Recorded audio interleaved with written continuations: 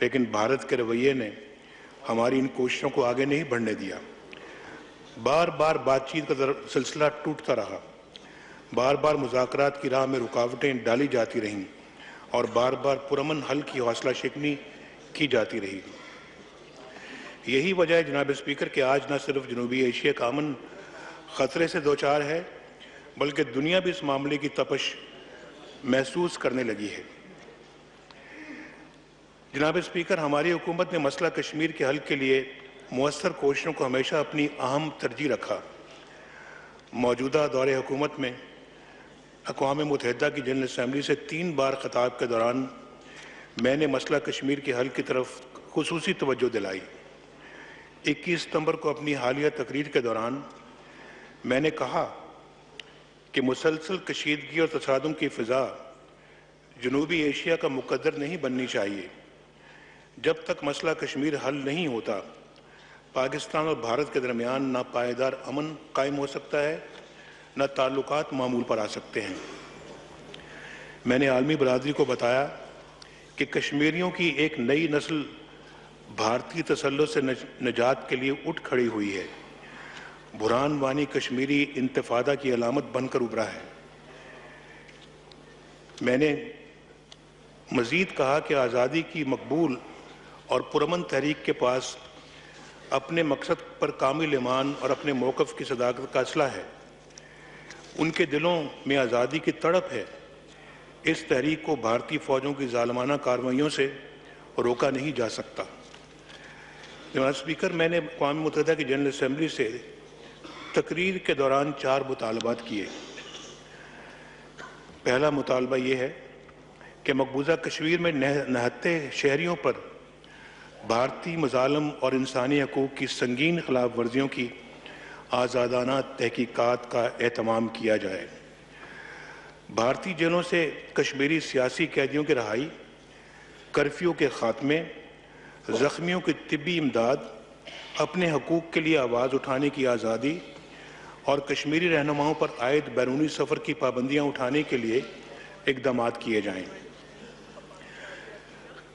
تیسرا، سلامتی کونسل نے اپنی قراردادوں کے ذریعے کشمیریوں سے آزادانہ استصواب رائے کا وعدہ کر رکھا ہے۔ کشمیری 70 سال سے یہ وعدہ پورا ہونے کا انتظار کر رہے ہیں۔ جنرل اسمبلی یہ وعدہ وفا کرنے میں اپنا کردار ادا کرے۔ اور چوتھا کہ جموں و کشمیر سے بھارتی مسلح افواج کے انخلاء کے لیے اقدامات کیے جائیں اور استصواب رائے کے لیے ضروری مشاورت کا عمل شروع کیا جائے۔ جناب اسپیکر، گزشتہ 3 ماہ کے دوران حکومت نے مسئلہ کشمیر کے حوالے سے نہایت اہم اقدامات کیے ہیں۔ میں نے اقوام متحدہ کے سیکرٹری جنرل سے رابطہ کر کے مقبوضہ کشمیر کی صورتحال کی طرف توجہ دلائی۔ سیکرٹری جنرل نے انسانی جانوں کے ضیاع کی مذمت کی اور کشمیر سمیت تمام معاملات مذاکرات کے ذریعے حل کرنے پر زور دیا۔ دفتر خارجہ نے سلامتی کونسل کے مستقل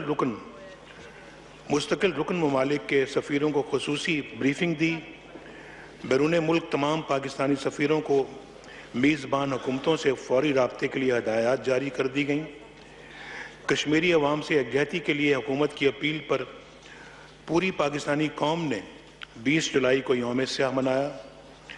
دفتر خارجہ نے یورپین یونین کے سفیر اور OIC کے رابطہ گروپ کے ارکان کو خصوصی بریفنگ دی۔ ایسی ہی بریفنگز افریقی یونین اور مشرق وسطیٰ کے ممالک کو بھی دی گئیں۔ انسانی حقوق کے عالمی اداروں کو بھی خطوط لکھے گئے۔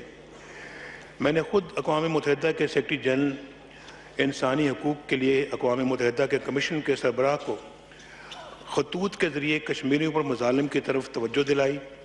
میں نے سلامتی کونسل کے مستقل رکن ممالک چین، فرانس، روس، برطانیہ اور امریکہ کے سربراہان حکومت اور ریاست کو بھی خطوط لکھے اور ان کی توجہ کشمیر کی صورتحال کی طرف دلائی۔ جنرل اسمبلی کے اجلاس کے دوران میں نے متعدد عالمی رہنماؤں سے ملاقاتیں بھی کیں اور انہیں مسئلہ کشمیر کے پس منظر اور موجودہ حالت سے آگاہ کیا۔ جناب اسپیکر، حکومت معاملے کی نوعیت اور سنگینی سے پوری طرح آگاہ ہے اور سفارتی محاذ پر پوری سرگرمی کے ساتھ کام کر رہی ہے، لیکن بھارت نے کشمیر میں اپنے مظالم سے توجہ ہٹانے کے لیے پاکستان پر الزام تراشی کا سلسلہ شروع کر دیا ہے۔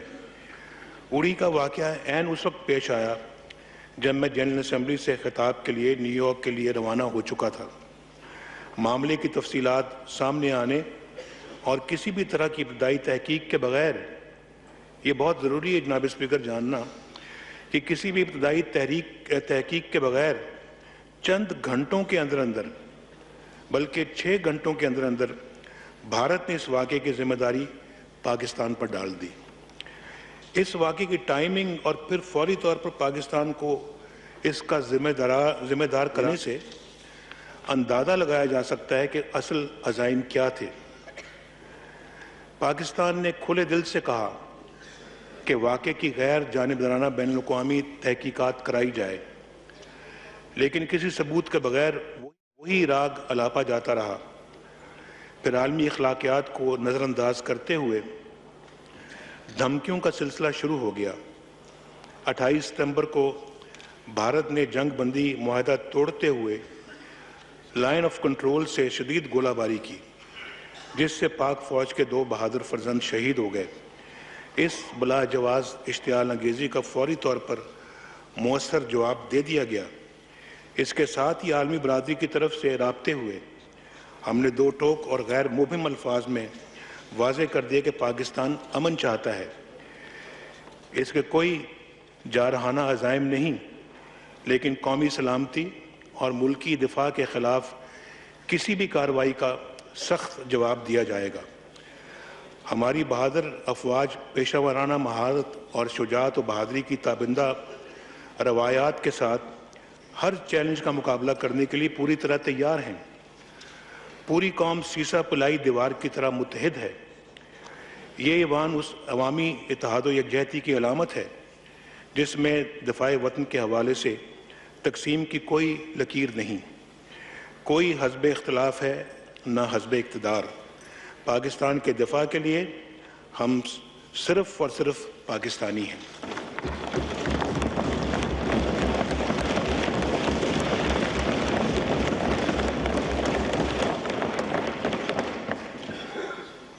جناب اسپیکر، میں آج اس ایوان میں ایک بار پھر پاکستان کا یہ پختہ موقف دہرانا چاہتا ہوں کہ ہم جنگ کے خلاف ہیں۔ ہم خطے میں پائیدار امن چاہتے ہیں۔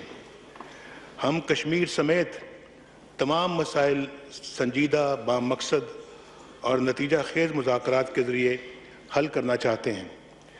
ہم اس سوچی سمجھی راہ پر ثابت قدمی سے چلتے رہیں گے، لیکن امن کی اس خواہش کو ایک پروقار، باعزت اور خوددار قوم کی خواہش سمجھا جائے۔